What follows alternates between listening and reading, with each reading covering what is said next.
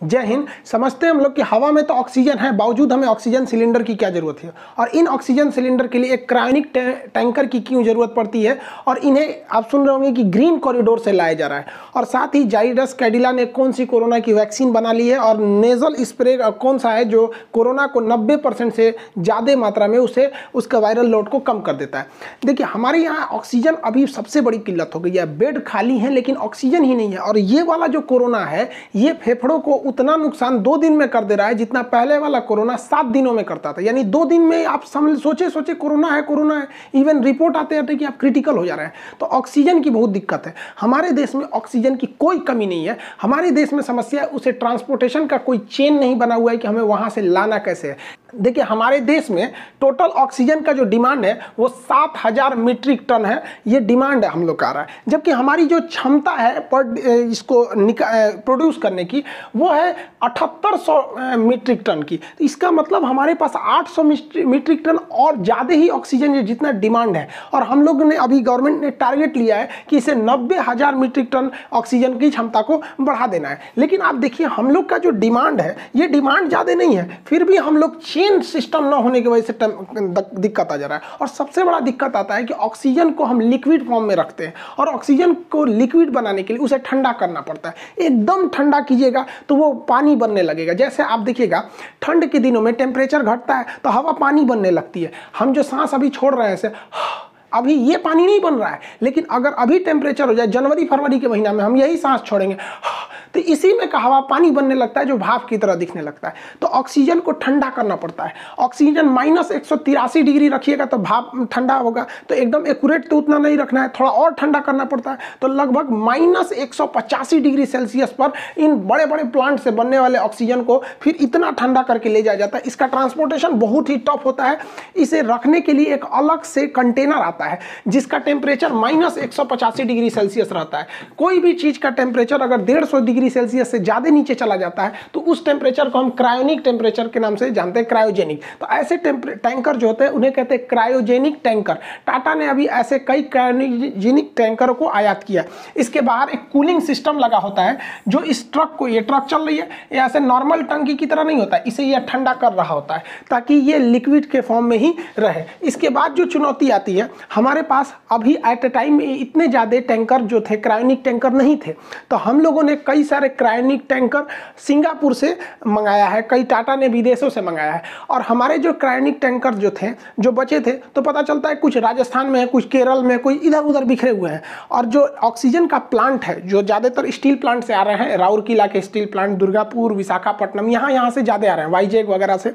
तो यहाँ तक में वो टैंकर ही नहीं है। तो हमारी भारतीय वायुसेना अपने सबसे बड़े जहाज जो है C-17 ग्लोब मास्टर, उससे इन खाली टैंकरों को भर रही है उसमें, और इनको क्या करती है, वो स्टील प्लांट तक उड़ा के लाती है। फिर ये टैंकर इसमें से निकलते हैं, भरते हैं, फिर उन्हें जगह तक पहुंचा रही है। तो एयरफोर्स ने भी इसमें बहुत ज़्यादा बढ़ चढ़ के हिस्सा लिया ताकि ऑक्सीजन को टाइम से पहुंचाया जा सके। हमारे पास ऑक्सीजन की कमी नहीं है। अब इसमें रेलवे ने भी काम किया, रोल ऑन रोल ऑफ। मतलब आपको अगर मान के चलिए कि उड़ीसा में ये टैंकर भर दिया गया, तो ये ड्राइवर खुद चला के लाएगा, उससे बेटर है कि इसको रोल करके चढ़ा दीजिए किस पर, इस मतलब मालगाड़ी पर, और ये मालगाड़ी चलेगी और फिर जब दिल्ली पहुंचेगी तो उसे उतार दीजिए, तो रोल ऑफ। तो इसी को रोल ऑन रोल ऑफ कहते हैं। लेकिन समस्या क्या है, ये जो ट्रेनें चल रही हैं जरूर है, लेकिन ये लेट चल रही हैं।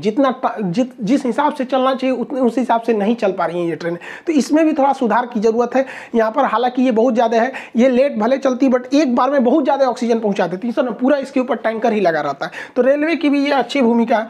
इसमें आप सुन रहे होंगे कि अरविंद केजरीवाल ने भी वो मोदी जी के साथ जो मीटिंग थी उसमें कहा था कि उन्होंने कि ऑक्सीजन की जो सप्लाई आ रही है उसके लिए हमें ग्रीन कॉरिडोर बनाना पड़ेगा। देखिए, ग्रीन कॉरिडोर क्या होता है, एक ऐसा सड़क की कल्पना कीजिए। मतलब वहाँ पर पुलिस क्या करती है, पुलिस और ट्रैफिक पुलिस मिलकर पूरे सिग्नल को ग्रीन कर देते हैं, और जो इमरजेंसी वाली चीज़ रहती है उसको उसी रास्ते से निकालते हैं। मान के चलिए 4 लेन की सड़क है तो कुछ किसी एक लेन को वो ग्रीन कर देंगे, और उसमें जो एम्बुलेंस है या फिर जो ऑक्सीजन आ रहा है उसको उसी रास्ते से ले जाएंगे। उसको जितना दूर चाहे वो दिल्ली से कलकत्ता जाए, उसे रेड सिग्नल नहीं मिलने वाला है, क्योंकि ट्रैफिक पुलिस और पुलिस दोनों लगी हुई है इसको जल्दी ले चलो, जल्दी ले चलो। तो इसी को कहते हैं ग्रीन कॉरिडोर। तो ग्रीन कॉरिडोर से अगर ऑक्सीजन आएगा तो जाम में नहीं फंसेगा। ऐसे बहुत सारे ऑक्सीजन जाम में फंस गए थे। अक्सर ऐसा होता है ग्रीन कॉरिडोर का प्रयोग हार्ट ट्रांसप्लांट के लिए करते हैं। दूसरे शहर में हार्ट है, यहाँ ऑपरेशन हो रहा है, अब पता चला हार्ट आ गया, 2 दिन जामे में फंस गया तो दिक्कत होगा। इसलिए अक्सर आप सुनते होंगे कि ट्रैफिक पुलिस और पुलिस के मिलने से 4 घंटे में पहुंचाया गया। तो इसी को कहते हैं हम लोग ग्रीन कॉरिडोर। तो ऑक्सीजन के लिए जरूरी है, गवर्नमेंट इसे बना भी रही है। ऑक्सीजन उत्पादन क्षमता को और बढ़ाने के लिए सरकार जर्मनी से लगभग 25 ऐसे पोर्टेबल जो डायरेक्ट उठ के आ सकते हैं सब ऑक्सीजन मेकर फैक्ट्री लगा रही है। मतलब एक छोटे से मशीन होते हैं, ये ऑक्सीजन को बनाते रहते हैं, बहुत जल्दी जल्दी बनाते रहे, हवा के ही ऑक्सीजन को सेपरेट करके हमें दिया जाता है वो वाला ऑक्सीजन। डीआरडीओ ने जो भारतीय सेना के लिए जो अपना ऑक्सीजन सिलेंडर बनाया था, ये भी भारतीय सेना ने, मतलब ये डीआरडीओ अब हॉस्पिटलों को भी दे रहा है। इसमें एक फायदा ये होता है ना कि अगर आप इस मास्क को अगर लगाते थे तो ये ऑटोमेटिक होता है, कितना ऑक्सीजन बढ़ाना है कितना घटाना है, इसमें नर्स वगैरह की जरूरत नहीं पड़ती है। तो डीआरडीओ भी इसमें महत्वपूर्ण भूमिका निभा रहा है, जर्मनी से ये आयात किया ही जा रहा है। अभी देखेंगे हमारे यहाँ एक और समस्या आ गया है, जो ऑक्सीजन की खाली सिलेंडर होता है ना, ये लोहा वाला, ये सिलेंडर का शॉर्टेज कर गया है। लोग इसको रख रख के घर में रख लिए कि हम कभी बीमार पड़ेंगे तो हम अपने लिए रखेंगे, ये है वो, शॉर्टेज पड़ गया। इसका ब्लैक रेट जा रहा है, 600-700 रुपये में मिलने वाला सिलेंडर 20,000-30,000 में मिल रहा है। यहाँ पर इतना ज़्यादा इसकी क्राइसिस हो गई है इस सिलेंडर की। और इसी में क्या कहा जाता है, मतलब एक तो और समस्या समझिए, आप पिछले हफ्ते देखे होंगे कि नासिक में जो ऑक्सीजन सिलेंडर ले जाने वाला टैंकर था, यही लीक कर गया, और लीक करने से 20 से 22 लोग की मृत्यु हो गई। कई लोग सोच रहे हैं कि जहरीला होता है क्या, नहीं भैया, ये लीक करके उड़ गया। तो ऑक्सीजन जो मरीज को मिलना चाहिए मिला ही नहीं, ऑक्सीजन की कमी से मरीज छड़फड़ा के मर गया बेचारा यहाँ पे। तो कभी कभी किस्मतों ससुरा खराब रहता है, कहते हैं ना किस्मत खराब रहे तो ऊँट पे बैठे आदमी को कुत्ता काट लेता है। बताइए, ये जो बीमारी अलगे है उसमें से ऑक्सीजन लीक कर गया। भारत में केरल एक ऐसा राज्य है जिसके पास ऑक्सीजन बहुत ज़्यादा मात्रा में बच गया है। केरल, याद कीजिए, भारत का पहला राज्य था जिसमें कोरोना के सबसे पहले मरीज देखे गए थे। वहीं से यहाँ पे, मतलब भारत में स्टार्टिंग इसी एरिया से हुई थी भारत में। केरल इस चीज़ को समझा और वो अपने यहाँ ऑक्सीजन प्लांट को बैठाना चालू किया, ऑक्सीजन का चेन बैठाया, पूरी तरह से सिस्टम, इकोसिस्टम बना लिया वहाँ पर। आज के वक्त में जो केरला है वो 200 मीट्रिक टन ऑक्सीजन प्रोड्यूस कर रहा है, जबकि उसकी कुल डिमांड केरला की महज 90 मीट्रिक टन है। यानी वो दुगना से भी ज़्यादा ऑक्सीजन एक्स्ट्रा रखा हुआ है, दूसरे राज्यों को दे रहा है। इवन उसने अपनी हॉस्पिटल सुविधा को बढ़ाया, उसके पास जितनी ज़रूरत है उससे 9 गुना ज़्यादा ICU बेड है, जितना ज़रूरत है उससे 9 गुना ज़्यादा वेंटिलेटर है। तो इस मामले में केरल आगे है। जानते हैं क्यों? क्योंकि केरल की साक्षरता दर ज़्यादा है, वहाँ लोग एजुकेटेड ज़्यादा है। यही फायदा होता है एजुकेशन का। और एजुकेशन नहीं रहेगा ना तो उल्टा सीधे चीज़ों में हम लोग उलझ के रह जाएंगे। उत्तर प्रदेश में देखेंगे, नोएडा में एक ऑक्सीजन प्लांट लगा हुआ है, बट उसको पर्यावरण विभाग से NOC नहीं मिला है, नो ऑब्जेक्शन सर्टिफिकेट। अरे यार, पर्यावरण वालों को भी समझ में नहीं आता, यहाँ आदमी मर रहा है तुमको वहाँ NOC भागा जा रहा है। यहाँ पे गवर्नमेंट को भी देखना चाहिए, जो प्लांट NOC से अटके हुए हैं उनको फाइनल कराए। केजरीवाल और मोदी जी के बीच में जो बात हो रही थी उसमें देखे होंगे कि गवर्नमेंट ने बहुत सारे पैसे दिए थे, लेकिन वो कंपनी उसको लगाई ही नहीं। तो इस पर भी तो निगरानी रखना जरूरी है, वरना ऐसे ही विकट परिस्थिति आएंगे। देखिए, मरीज को ऑक्सीजन सिलेंडर क्यों दिया जाता है? हम लोग जो हवा में सांस लेते हैं तो हवा में 71% हमारा नाइट्रोजन है, जो हमारे सांस के काम में नहीं आता है। 21% ऑक्सीजन है, यही काम में आता है। तो हम लोग जो सांस लेते हैं वो 21% ही ऑक्सीजन लेते हैं, जिसमें छोड़ते हैं लोग तो 16% ही छोड़ते हैं, यानी 4% के आसपास में वो CO2 में बदल जाता है। तो यही ऑक्सीजन का हमको काम है, 21%। लेकिन जब हमारा शरीर स्वस्थ रहता है ना तो हम 21% में काम चला लेते हैं, चलो ना यार कोई दिक्कत नहीं है यहाँ पे। लेकिन जब हमारे फेफड़े काम करना बंद करने लगते हैं, स्थिति खराब हो जाती है, तो ये 21% काम नहीं आता है। तो एक मशीन द्वारा इसमें से क्या किया जाता है ना, ऑक्सीजन लिया जाता है, नाइट्रोजन छाट दिया जाता है, धूल कण को छाट दिया जाता है, हर चीज़ छाट दिया जाता है। और जो 21% ऑक्सीजन मिल रहा था उसमें से पूरा का पूरा छान के और 98% वाला ऑक्सीजन भर देते हैं। 98%, इसमें ज़्यादा शुद्ध मात्रा में, ज़्यादा मात्रा में ऑक्सीजन है।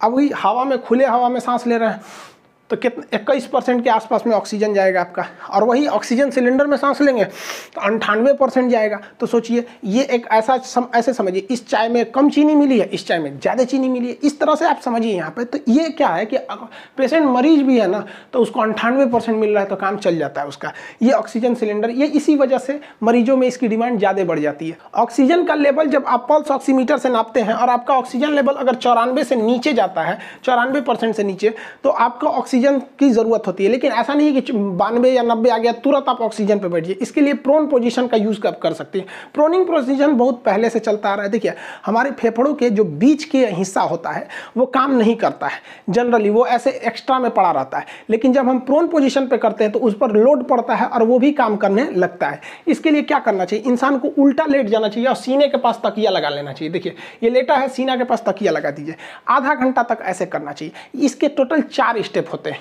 एक उल्टा लेट जाइए, सीने के पास तकिया लगा लेते हैं आप, तो जब तकिया लगाते हैं तो वो जो फेफड़े का वह हिस्सा था जो काम नहीं कर रहा था वो भी पूरी अच्छे से एक्टिव हो जाएगा, जो रिजर्व में बचा हुआ था, तो ऑक्सीजन लेवल आपका बढ़ जाएगा।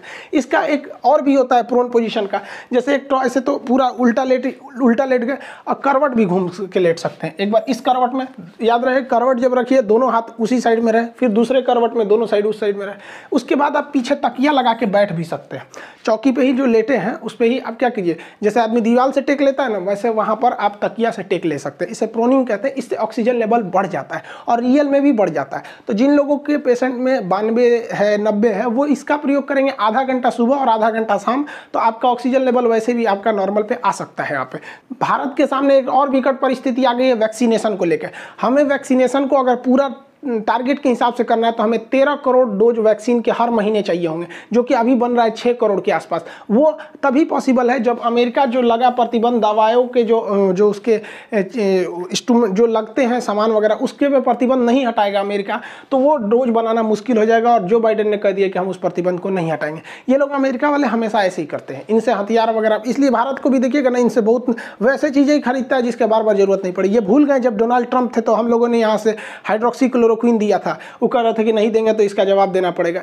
देखिए हम इन लोग बहुत बड़ा एहसान फरामोश है। इसीलिए कहा जाता है कि हमारा एक पुराना दोस्त 2 नए दोस्तों से ज़्यादा महत्व रखता है। रूस ने वादा किया भारत को कि वो 4 लाख रेमडेसिविर की डोज हर हफ्ते दे देगा, साथ में ऑक्सीजन के क्रायोजेनिक टैंकर देगा, ऑक्सीजन भी देगा, और अपना वैक्सीन स्पुतनिक जो उसने बनाया है उसकी भी एफिकेसी रेट बहुत अच्छा है, वो भी भारत को देगा। तो ये पुराने दोस्त हैं हम लोग के, ज़्यादा सूटेबल होते हैं। ये लोग सचरा लोग बताइए मौका पे पलट गया। अभी के वक्त में कोरोना में जिंकोवाइट जो है जिंक का मात्रा बढ़ाने के लिए है, लिम्सी जो विटामिन सी के लिए है, ये जरूरी है, ये फिक्स है। यहाँ पे डेक्सामेथासोन भी बहुत ज़्यादा फायदा कर रहा है। ये आपका मतलब स्टेरॉइड में मतलब फीवर वगैरह में आप लोग इसका यूज करते हैं, लोग ज़्यादा तो डॉक्टर इसमें यूज कर रहे हैं यहाँ पर। साथ में इसमें खून के थक्के बनने की समस्या ज़्यादा आती है, तो डॉक्टर के प्रिस्क्रिप्शन के हिसाब से एंटीकोगुलेंट मिलाना पड़ता है जो खून को थोड़ा पतला कर देता है ताकि गाढ़ा होकर थक्का ना बन सके। रही बात रेमडेसिविर की कालाबाजारी इतनी ज़्यादा हो रही है जिसका कोई हद नहीं, जबकि रेमडेसिविर कोई रामबाण नहीं है। इसका एक फिक्स है कि शुरुआती दिनों में अगर आपको रेमडेसिविर लग जाता है स्टार्टिंग फेज में तो कुछ हद तक सुधार हो सकता है, लेकिन कुछ लोगों को ऐसा लग रहा है कि रेमडेसिविर ले लेंगे तो बच जाएंगे। एक आदमी से हमारी बात हुई, कहा सर हमको कोरोना का कोई डर नहीं है, हमने रेमडेसिविर रख लिया। हम कहे वाह अरे भैया वाह, रेमडेसिविर रख लिए तो बच जाएंगे यहाँ पे। नहीं भाई, उस तरह से तो बहुत से ऐसे लोग हैं जो हॉस्पिटल भी नहीं जाते हैं, चौकी पे बैठे रहते हैं तो ठीक हो जाते हैं। तो क्या चौकी को आप इंजेक्शन मान लेंगे, ये चौकी पे बैठ जाइए, क्या बैठा पे चाचा ठीक हुए थे, हम वो ठीक हो जाएंगे?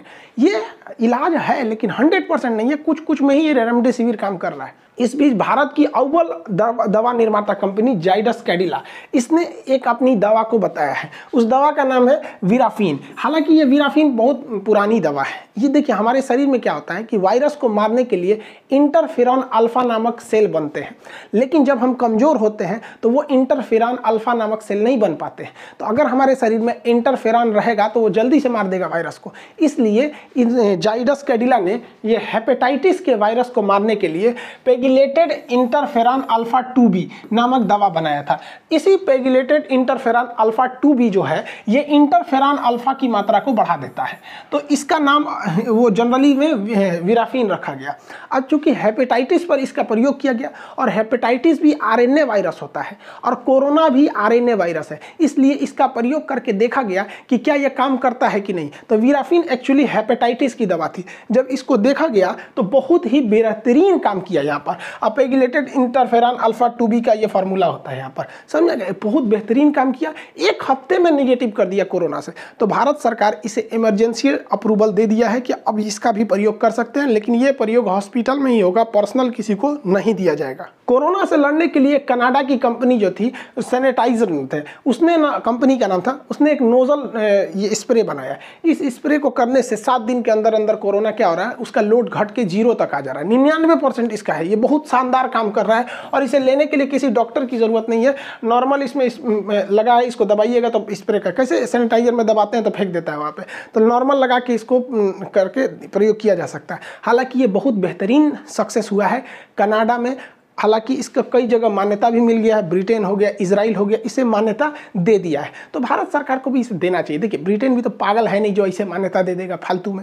इजराइल हम लोग से बहुत टेक्नोलॉजी में आ गया, उसने जब मान्यता दिया है तो मतलब इसमें कुछ है। और दूसरा, अगर मान के चलिए कि ये उतना काम नहीं भी करेगा तो कौन सा हम इसको ब्लड में दे रहे हैं, ससुरा नकिए में न दे रहे हैं, बहुत ज़्यादा नुकसान नहीं करेगा। तो क्रीम पाउडर ये सब जो बाहर से चीज़ लगते हैं उतना नुकसान नहीं देते हैं। तो भारत सरकार भी इस पर ये अप्रूवल के लिए दे रहा है। हालांकि ये पार्टनर खोज रहा है भारत में, और जैसे पार्टनर मिल जाएगा भारत सरकार के DGC जो है, drug controller general of India, वो परमिशन दे देंगे तो हो जाएगा। तो इसी तरह का नोजल भारत बायोटेक भी बना रहा है और सीरम इंस्टीट्यूट ऑफ इंडिया भी बना रही है। लेकिन अभी ये लोग स्टार्ट किए हैं, जुलाई अगस्त तक जाएगा, तब तक कोरोना का पीक आएगा मई के बीच में। तो ये इससे इमरजेंसी अप्रूवल मिलेगा तो एक राहत की सांस लेंगे हम लोग। 2 देश ऐसे भी हैं जो कोरोना मुक्त हो चुके हैं, एक आपका इजराइल हो गया, दूसरा यहाँ पे आपका न्यूजीलैंड हो गया। ये लगभग कोरोना से मुक्त हो चुके हैं। हालांकि अब जिस हिसाब से चल रहा है, कोरोना की वैक्सीन भी आ गई, जाइडस कैडिला की विराफिन दवा भी है और नोजल स्प्रे भी है। इस तरह से कोरोना का खात्मा ज़्यादा मतलब लग रहा है कि हाँ, कुछ नई किरण की नई उम्मीद जगी है। कुछ लोग अभी भी वैक्सीन से डर रहे हैं। ऐसे लोगों को क्या करें? देखिए, बीड़ी, सिगरेट, गुटखा, पान, इस सब पे लिखा रहता है यह मौत का कारण है, लेकिन फिर भी लोग उसको खाते हैं। और वैक्सीन पे लिखा है कि आपकी ज़िंदगी बचा सकती है, लेकिन फिर भी इससे लोग डर रहे हैं। वाह रे वाह, यही तो है हमारे यहाँ गुटखा का प्रचलन। बोलो जुबां केसरी, मरो ससुरे तू नहीं जुबां केसरी। यहाँ बोलो के वैक्सीन लगाएंगे हम तो ना, जुबां केसरी करिए, केसरी जुबां। इस बताइए, गुटखा से लोग नहीं डरते हैं। हजारों लोगों की जान लेता है शराब, गुटखा, पान, बीड़ी, लेकिन ना वैक्सीने से इन लोग को ज़्यादा डर लगता है। देखिए, आप सब लोग को एक बात बताते हैं, एकदम ध्यान से समझिएगा।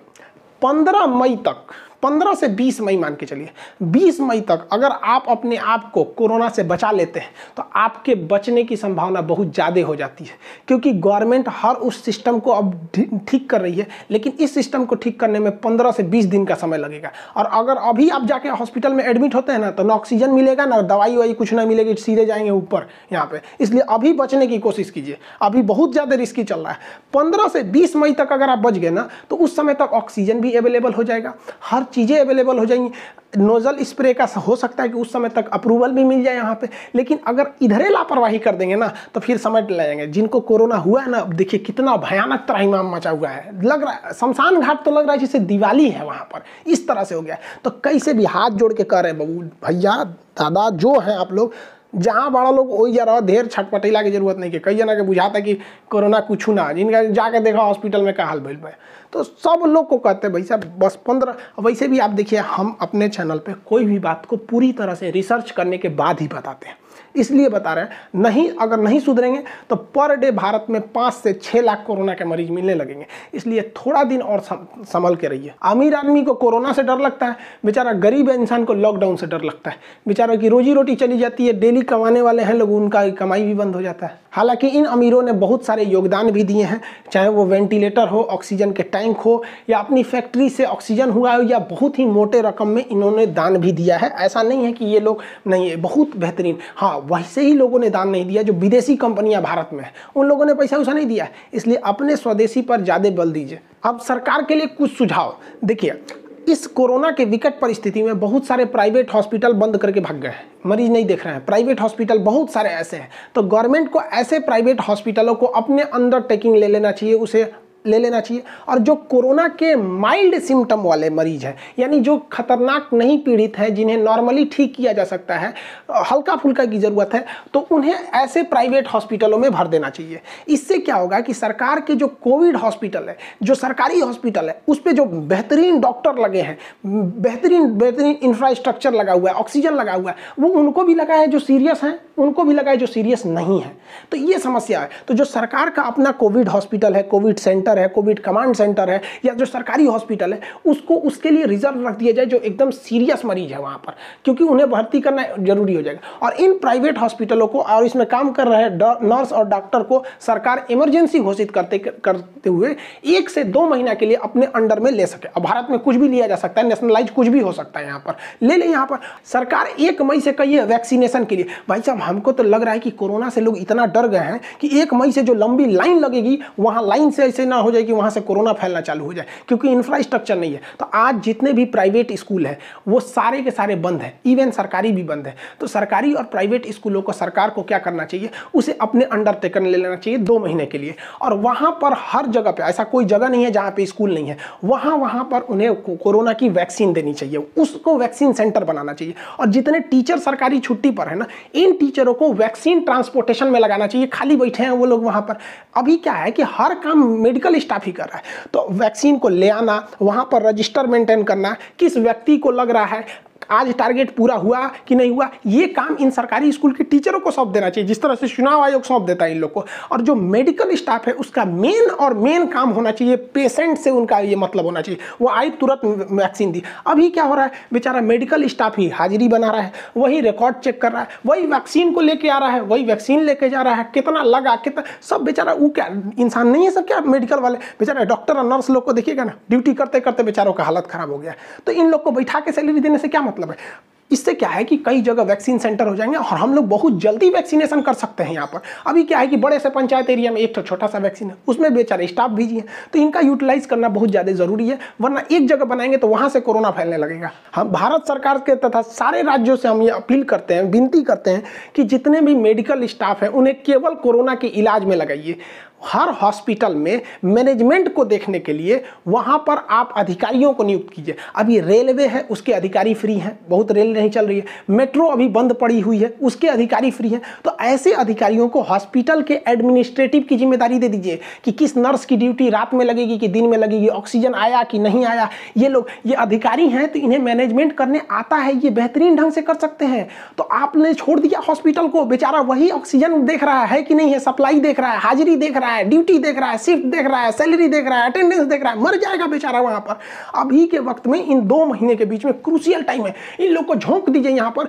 हॉस्पिटल के डॉक्टर नर्स का काम केवल और केवल कोविड मरीज को देखना है, इनका मैनेजमेंट हो जाए। बाकी वो हॉस्पिटल जो डॉक्टर हैं वो कहाँ रह रहे हैं, ये सारा काम ये लोग देख सकते हैं। अब जैसे हमारे मंत्री जी हो गए, जैसे अमित शाह जी हो गए, उद्घाटन करने हॉस्पिटल जा रहे हैं या स्थिति का जायजा, पता चला 4 डॉक्टर इनके आगे पीछे घूम रहा है। हम ये नहीं कह रहे हैं कि आप उद्घाटन करने मत जाइए, अच्छी बात है, आपके जाने से वहाँ पे और मतलब त्वरित काम होगा, लेकिन 10 डॉक्टर बिजी हो जा रहा है। तो ऐसे जो एडमिनिस्ट्रेटिव में लगे रहेंगे लोग, वो लोग दिखा देंगे कि हाँ सर आप हमारे होम मिनिस्टर हैं, देखिए ये पोजीशन है, इतना ऑक्सीजन है, इतना ये मरीज है, ये है। डॉक्टर अपना बिजी, कोई मतलब नहीं। अब गृह मंत्री आए या प्रधानमंत्री आए, जब तक कोरोना है डॉक्टर को छोड़ दीजिए यहाँ पे, हाँ कोई भी मंत्री है भैया, वो एडमिनिस्ट्रेटिव वाला देख लेगा यहाँ पर।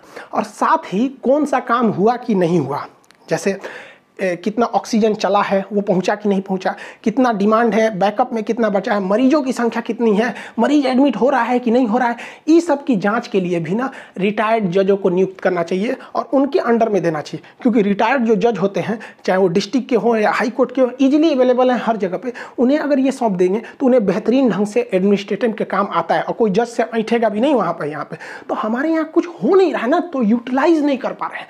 और इसको समझने में हमारे हाथ जोड़ के विनती करते हैं, सरकार बात मान लीजिए। आप लोग बहुत सारे बात मान लेते हैं, हमारे लिए भी देश पे एहसान होगा अगर ये बात मान लेते हैं। तो इस चेन को बनाने में 10 से 15 दिन लग जाएगा, इसलिए आप लोग संभाल के रखिए, कैसे भी 10 से 15 मई तक आप लोग अपने आप को बचा के रखिए, नहीं तो बहुत दिक्कत हो जाएगा।